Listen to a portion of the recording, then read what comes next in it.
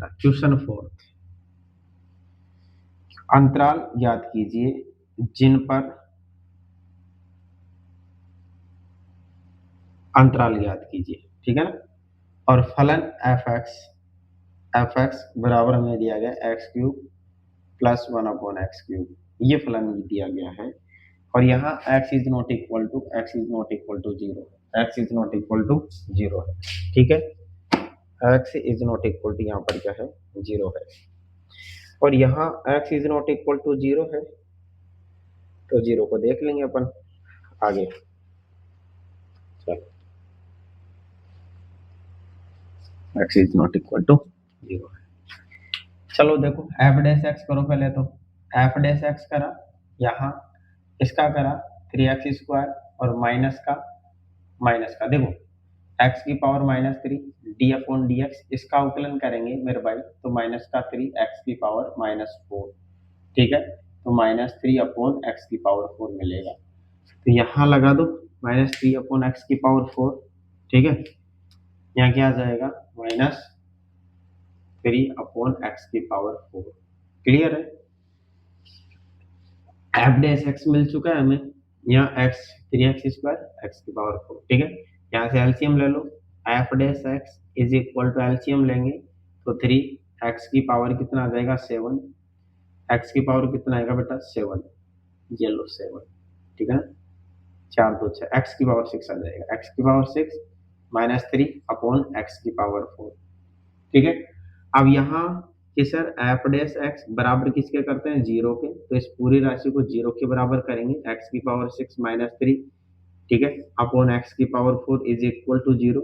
यहाँ x is not equal to क्या है, x की power 4 is not equal to zero है, और 3x की power 6 -3 is equal to zero है। इसको इधर भेज दो तो 3x की पावर 6 इज इक्वल टू 3 से 3 कटेगा, तो x की पावर 6 इज इक्वल टू 1 है, तो x इज इक्वल टू क्या आ जाएगा बेटा +-1 आ जाएगा, ठीक है। अब क्रांतिक बिंदु हमें यहाँ मिल चुके हैं, x बराबर कितना है +-1, कितना है +-1 है, यहाँ क्रांतिक बिंदु हमें मिल चुके हैं, ठीक है। अब किस अंतराल में तो वर्धमान है और किस अंतराल में ये हरा आसमान है, हमें ये देखना है, ठीक है। तो अंतराल और चेक कर लेते हैं, देखिए यहाँ पहले क्या बना दो आप, यहाँ तो -1 लिखो, यहाँ प्लस का 1 लिखो, और आगे प्लस का इन्फिनिटी है और इधर माइनस का इन्फिनिटी है, क्लियर है। अब पहले इस अंतराल को देखते हैं -1 और 1 के बीच में। अब -1, ये तो माइनस से इन्फिनिटी से -1 के बीच में एक वैल्यू ले लो, कोई सी भी ले लो आप, -2 रख के देखो, -2 यहाँ रखेंगे, देखो यहाँ एफ डैश एक्स, यहाँ मैं लिखता हूँ अंतराल, यहाँ क्या लिखते हैं अपन अंतराल, यहाँ अंतराल लिखते हैं, यहाँ एफ डैश एक्स की प्रकृति, एफ डैश एक्स की प्रकृति लिखते हैं, और एफ डैश एक्स की प्रकृति के बाद में यहाँ क्या लिखते हैं वर्धमान, निरंतर वर्धमान और निरंतर ह्रासमान, ठीक है ना, किस अंतराल में है। तो देखिए बेटा यहाँ पर -1 और -इन्फिनिटी के बीच में -2 है, -2 यहाँ रखेंगे तो 3 -2 का स्क्वायर और माइनस का 3/-2 की पावर 4, ठीक है। यहाँ पॉजिटिव है, यहाँ पर पॉजिटिव है, यहाँ 3 का 2 का स्क्वायर होगा तो कितना आएगा 3 × 4, और माइनस का 3 बटा कितना आएगा यहाँ 4, ठीक है, 4 तो 16, मतलब पॉजिटिव मिल रहा है, क्या मिल रहा है पॉजिटिव, क्योंकि यहाँ मल्टीप्लाई होगा तो भी इसमें से घटेगा तो पॉजिटिव आ जाएगा। तो अपन यहाँ लिखेंगे एक तो अंतराल कौन सा, -इन्फिनिटी से -1, तो एफ डैश एक्स की जो प्रकृति है वो क्या है प्लस है, प्लस का अर्थ ग्रेटर देन जीरो है, तो इस अंतराल के अंदर क्या होगा, ये निरंतर वर्धमान होगा, पॉजिटिव है तो निरंतर वर्धमान है, ठीक है। आगे देखिए बेटा, आगे अगर ये पॉजिटिव है तो ये नेगेटिव होगा, ये पॉजिटिव होगा, ये भी एक सीरीज चलती है पॉजिटिव नेगेटिव। यहाँ जो सेकंड अंतराल है -1 और 1 के बीच में, तो एफ डैश एक्स की जो प्रकृति है वो नेगेटिव मिलेगी, <0, तो यहाँ पर क्या होगा मेरे भाई निरंतर ह्रासमान, ठीक है ना। और सेकंड लास्ट कर सकते हो आप, +1 है और इन्फिनिटी है, तो यहाँ एफ डैश एक्स की जो प्रकृति है ग्रेटर देन क्या आ जाएगी 0 आ जाएगी, क्योंकि प्लस का है, यह क्या आ जाएगा निरंतर वर्तमान। आई होप ये प्रश्न भी आपको समझ में आया होगा, बहुत इजी प्रश्न था ये, ठीक है ना। ये विविध का बहुत इजी क्वेश्चन था, आप कर सकते हो, इसमें ऐसी कोई बड़ी बात नहीं है, बड़ी समस्या नहीं है, ठीक है। तो किन किन अंतरालों में तो वर्तमान है, किन किन अंतरालों में ह्रासमान है, आई होप आपको ये समझ में आया होगा। अब एक और शानदार क्वेश्चन लेते हैं, क्वेश्चन नंबर 5, क्योंकि बहुत अच्छा प्रश्न है मेरे भाई ये जो क्वेश्चन है ये बहुत ही शानदार, बहुत ही अच्छा प्रश्न है ये, ठीक है। और बड़ा प्यारा प्रश्न है ये, बड़ा प्यारा क्वेश्चन है। चलिए इस क्वेश्चन को भी हम हल करते हैं, ठीक है। आई होप अगर आपको ये वीडियो लेक्चर समझ में आ रहा है, अच्छा लग रहा है, तो आप वीडियो को लाइक और चैनल को सब्सक्राइब करना ना भूले, ठीक है। और चलते रहिएगा। देखो यहाँ पर है दीर्घवृत्त दे रखा है, क्या दे रखा है बेटा, दीर्घवृत्त यहाँ पर गिवन है, ठीक है। क्या गिवन है, दीर्घवृत्त गिवन है। और समद्विबाहु त्रिभुज का महत्तम क्षेत्रफल ज्ञात कीजिए जिसका शीर्ष दीर्घ अक्ष का एक सिरा है। दीर्घ अक्ष, इसमें क्या बोला गया है बेटा, दीर्घ अक्ष बोला गया है। तो दीर्घवृत्त में दीर्घ अक्ष एक्स अक्ष होती है और लघु अक्ष वाई अक्ष होती है, ठीक है। पहले दीर्घवृत्त में दीर्घ अक्ष बना लीजिए इसके अंदर। देखो आप लोग समझने का प्रयास करना मैं क्या क्या करने वाला हूँ, ठीक है। बहुत ही इजी तरीके से, बहुत ही शॉर्ट में समझाने वाला हूँ इस प्रश्न को, ठीक है। देखिए बेटा, दीर्घवृत्त बना लो, दीर्घवृत्त की बात हो रही है तो पहले तो अपन दीर्घवृत्त बना लेते हैं। ये दीर्घवृत्त है आपका, ये दीर्घवृत्त जैसा भी है, मैं पेंटर नहीं हूं, मैं केवल टीचर हूँ, ठीक है बेटा। चलिए ये लो, ये बना लिया अपने, दीर्घवृत्त बना लिया यहाँ से, ये दीर्घवृत्त है, ठीक है। इसमें ये तो होती है लघु अक्ष, इसको तो लघु अक्ष कहते हैं, इसको क्या कहते हैं बेटा, लघु अक्ष। और इसको क्या कहते हैं अपन, इसको कहते हैं दीर्घ अक्ष, दीर्घ अक्ष, दीर्घ अक्ष कहते हैं इसको, ठीक है। अब यहाँ स्टेप बाय स्टेप एक एक चीज जमा के चलते हैं, आगे पढ़ते हैं प्रश्न को। प्रश्न में क्या कह रहा है इसमें आगे कि समद्विबाहु त्रिभुज का महत्तम क्षेत्रफल ज्ञात कीजिए जिसका शीर्ष दीर्घ अक्ष का एक सिरा है। अब एक सिरा तो ये है इसका, एक सिरा ये है, ठीक है ना।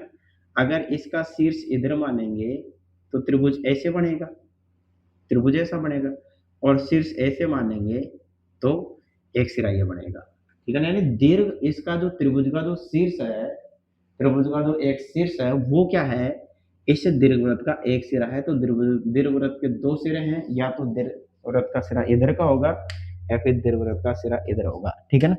तो हम क्या करते हैं यहाँ पर उल्टे, भाई स्टूडेंट ये कहते हैं कि सर ये नहीं, ये मान के चलो, ठीक है, चलो मैं इसको मान लेता हूँ, ठीक है, इसको मान लेता हूँ, ये लो, ये मान लिया भाई। ट्राइंगल का जो एक सिरा है वो ये है, ये लो, ये एक सिरा मान लिया अपन ने, ठीक है भाई। ट्राइंगल का जो एक सिरा है,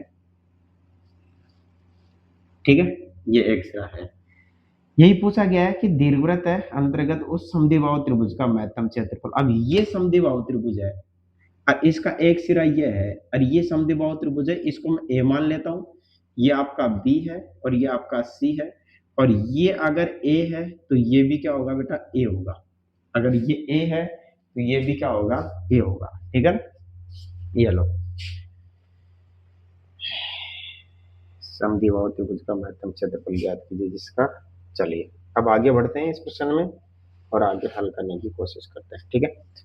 चलो अब ये जो एक एक सिरा ए है, ठीक है ना, इसमें इसकी जो लेंथ है वो भी दी गई है शायद, देख लेते हैं एक बार लेंथ दी गई है नहीं दी गई है, ठीक है। इसमें लेंथ अपन को दीर्घवृत्त X square upon A square Y square upon B square, हाँ लेंथ इसमें, ठीक है। चलो देखो ये जो सिरा है इसको मैं मान लेता हूँ सी, सी क्या ए, ए है ये आपका, और ये जो ए पॉइंट है इसको ए कोमा जीरो, ए नहीं माइनस ए कोमा जीरो, ठीक है। क्योंकि ये दीर्घवृत्त होता है x square upon a square plus y square upon b square is equal to one, is equal to one. ये दीर्घवृत्त का फॉर्मूला है, इज इक्वल टू वन, ठीक है। ये दीर्घवृत्त का फॉर्मूला है, और इस फॉर्मूले में एक्स स्क्वायर अपॉन ए है, यानी एक्स एक्स पर ए है, प्लस माइनस ए है। तो अगर इसकी बात करेंगे, इस पॉइंट की बात करेंगे तो प्लस का ए कोमा जीरो रहेगा यहाँ से यहाँ तक की डिस्टेंस, और इस पॉइंट की बात करेंगे तो ये रहेगी माइनस ए से जीरो, ठीक है, ये रहेगी।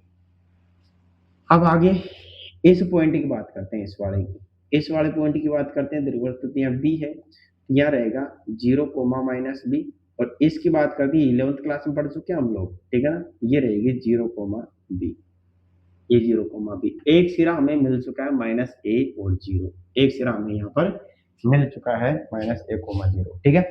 अब क्या करते हैं हम लोग, इसके अंदर हम लोग क्या करते हैं कि ये जो अक्ष है, देखो बेटा ये जो अक्ष है, एक बार ध्यान से समझना, ये जो अक्ष है ये मैं कई बार करवा चुका हूँ क्लास के अंदर, ठीक है।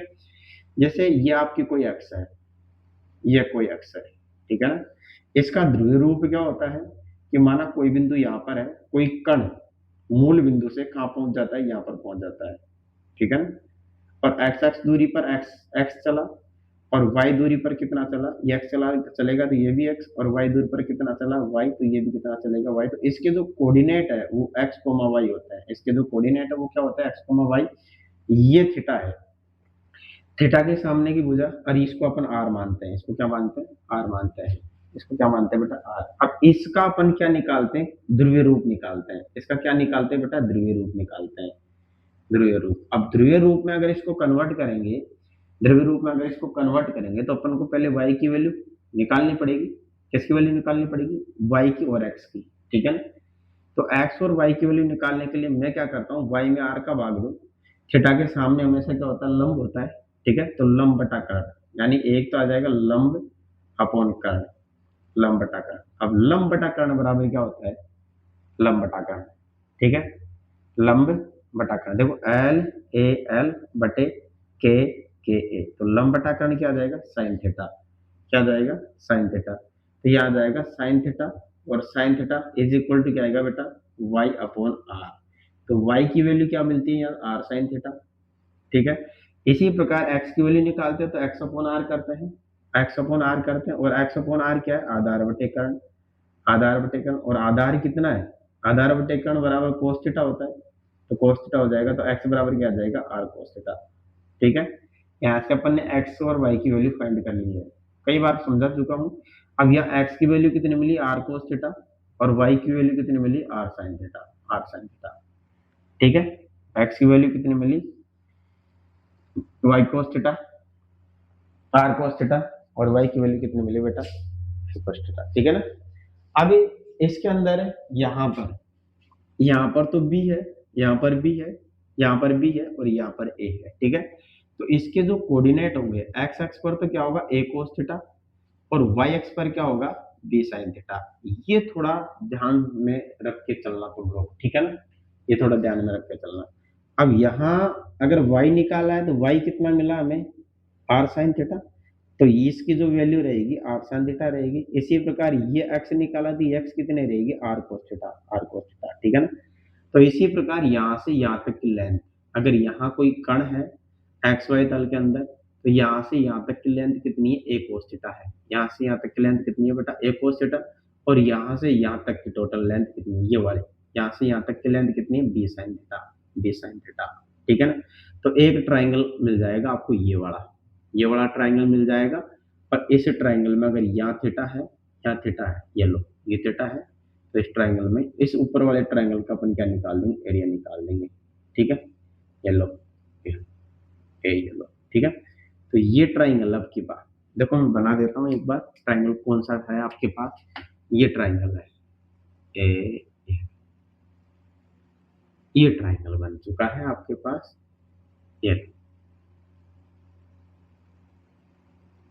ये ट्राइंगल बन चुका है। ये बी साइन थीटा है, और यहां से केवल यहां से यहां तक ए कोस थीटा है। ये लेंथ कितनी थी, माइनस की ए। अब लेंथ कभी माइनस में नहीं होती, ये कितनी आ जाएगी, ए आ जाएगी। देखो एक बार ध्यान से समझना है इसको, क्योंकि प्रश्न बहुत ही गजब है, एग्जाम में आने वाला प्रश्न है ये, ठीक है ना, एग्जाम में आने वाला क्वेश्चन है ये।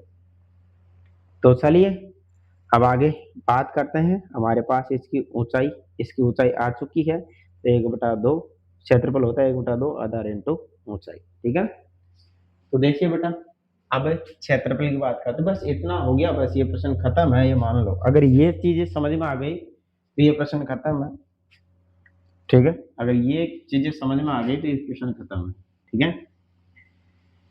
हेलो, ये ध्यान रखना, एक्स एक्स पर तो a cos थीटा होता है, वाई पर वाई एक्स पर क्या होता है b sin थीटा। रट लो, इसको याद ही कर लो, ठीक है ना, a sin थीटा। अब देखो यहाँ सॉल्यूशन करते हैं इसका, सॉल्यूशन करते हैं, सॉल्यूशन करते हैं, ठीक है।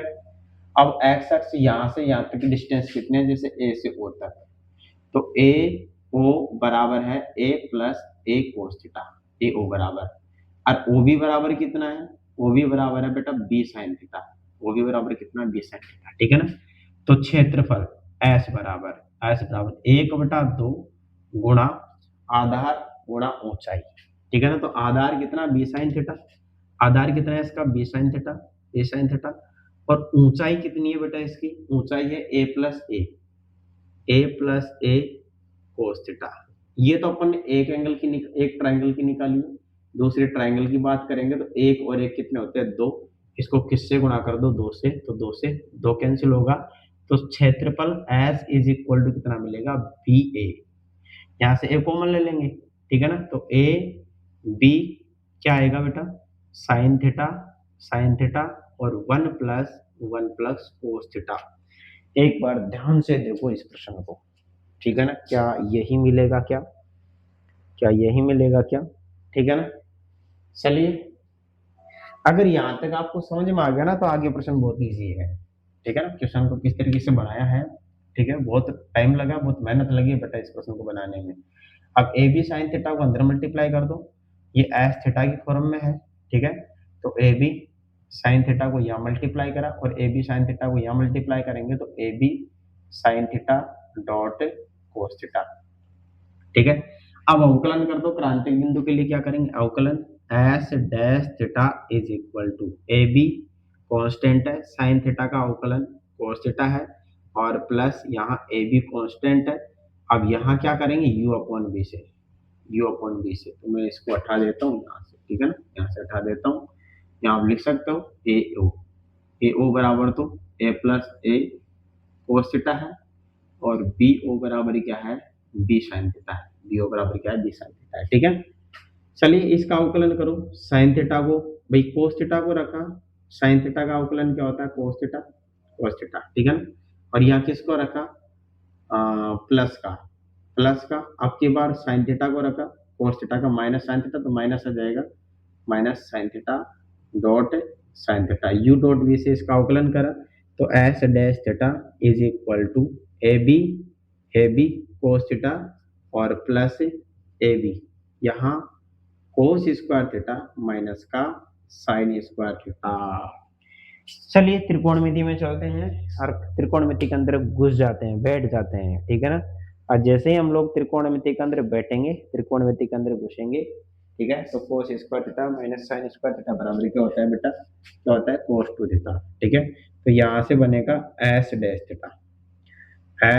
Theta is equal to A b cos theta और प्लस इसको अंदर multiply a b cos two theta, a b cos two theta, ठीक है। आई होप आपको समझ में आया होगा ये, ठीक है। अब किसके बराबर रखेंगे, क्रांतिक बिंदु के लिए जीरो के बराबर, यानी s dash theta is equal to zero के बराबर। तो ए बी कोस थीटा और plus a b cos two theta is equal to zero, a b cos theta is equal to A b cos two theta is equal to किसके कर देंगे, zero के। तो cos theta plus cos two theta is equal to क्या आ जाएगा बेटा, zero आ जाएगा, ठीक है, क्या आ जाएगा, जीरो। तो यहाँ से ए बी कॉमन ले लेंगे, तो cos theta plus cos two theta is equal to क्या मिलेगा, जीरो, ठीक है। चलिए आगे बढ़ते हैं, एक मिनट मार्क कर, चलो देखो बेटा, यहाँ से करते हैं, देखो यहाँ से,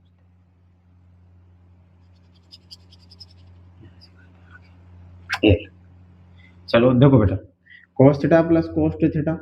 अब यहाँ मैं क्या ऐसा लिख सकता हूँ क्या, कि कोस थीटा, ठीक है, cos theta plus cos two theta बराबर जीरो, सर आराम से लिख सकते हैं, ठीक है ना। इसको इधर भेज दो, तो cos theta is equal to minus cos two theta. अब माइनस का कोस थीटा कहाँ पर होता है, देखो माइनस कहाँ पर होता है, माइनस होता है एक तो यहाँ पर होता है और एक यहाँ पर होता है, यानी पाई पर होता है, ठीक है ना। एक तो पाई में से घटा दो और एक पाई में जोड़ दो, ठीक है। यहाँ पर तो इसको क्या लिखेंगे अपन कि sir cos theta is equal to minus का जगह प्लस आ जाएगा, तो एक हो जाएगा cos pi minus two theta, pi में से टू थीटा घटाएंगे तो कौन से में आ जाएगा, सेकंड क्वाड्रेंट में, ठीक है। और एक क्या मिलेगा आपको, एक ये मिलेगा कि सर कोस पाई प्लस टू थीटा। तो दो कंडीशन बन चुकी है आपके पास, कोस थीटा बराबर कोस पाई माइनस टू थीटा या फिर कोस थीटा बराबर कोस पाई प्लस टू थीटा, दो कंडीशन बन जाएगी आपकी, ठीक है ना। अब क्या कर लो, तुलना कर लो, ये जो एंगल है एंगल की तुलना करेंगे तो थीटा बराबर कितना आ जाएगा, पाई माइनस टू थीटा, और या एंगल की कंपैरिजन करेंगे, तुलना करेंगे तो थीटा बराबर क्या आएगा बेटा, पाई प्लस टू थीटा, ठीक है, पाई प्लस टू थीटा।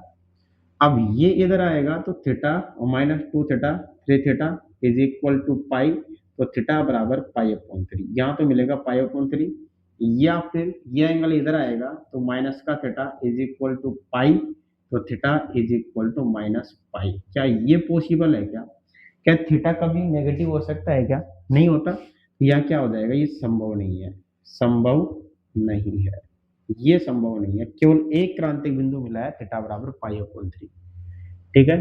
एक क्रांतिक बिंदु मिला है और क्या मिला है, थीटा बराबर पाई अपॉन थ्री, थीटा बराबर क्या मिला है, पाई अपॉन थ्री। और थीटा बराबर पाई अपॉन थ्री मिला है, तो इस क्रांतिक बिंदु पर अपन क्या करेंगे, एस डबल डैश थीटा निकालें, क्योंकि अपन को सिद्ध क्या करना था इस प्रश्न के अंदर, हमें इस प्रश्न के अंदर सिद्ध करना था कि समद्विबाहु त्रिभुज का महत्तम क्षेत्रफल ज्ञात कीजिए, महत्तम क्षेत्रफल ज्ञात करना है इसका। तो महत्तम क्षेत्रफल ज्ञात करने के लिए हम लोग क्या करेंगे, एस डैश थीटा की जगह एस डबल डैश थीटा और ज्ञात करेंगे, ठीक है ना, एस डबल डैश थीटा। तो आई होप ये प्रश्न भी आपको समझ में आया होगा, इसका डायग्राम अच्छे से समझ लेना तुम लोग, ठीक है ना, वीडियो को पॉज करते करके, ठीक है। चलो आगे देखो आप लोग एक बार, और उसको हटा दिया क्या, हटा दिया, तो ये रहा ना, इसी का कर देंगे एफ डैश थीटा, इसका कर देंगे इस वाले का, ठीक है ना, इस वाले का कर देंगे बढ़िया से, इसको मैं हटा देता हूँ और एफ डैश थीटा यहाँ कर दीजिए, कोई दिक्कत नहीं है। पिछले प्रश्न में भी ऐसा ही कर दिया था, हटा दिया था उसको, फिर क्या करे तो बताओ। यहाँ देखो s double dash theta is equal to f double dash theta, देखिए तो पिछला जो थर्ड क्वेश्चन था ना, उसमें गलती से मिटन गया था, ठीक है, तो उसको मैं वापस वीडियो बना के इसमें डाल दूंगा, तुम लोग अलग अलग से देख लेना क्वेश्चन नंबर थर्ड, ठीक है।